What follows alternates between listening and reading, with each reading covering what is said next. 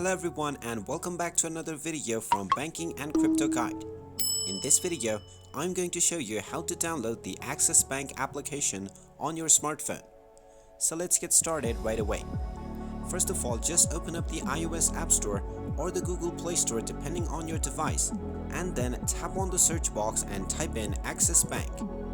Once you start the search, you will be able to find the Axis Mobile application.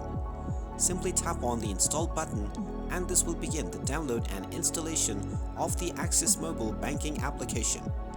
Wait for a while until the installation is complete, and once the installation is done and you see the open button, just tap on it and this will open up the Axis Bank mobile application.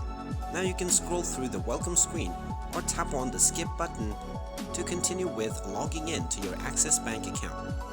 And there you have it. That is how easy it is to download the Axis Bank mobile application on your smartphone.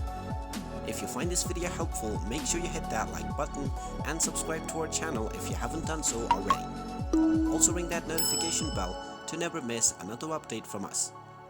Thank you for watching and I will see you again in the next video.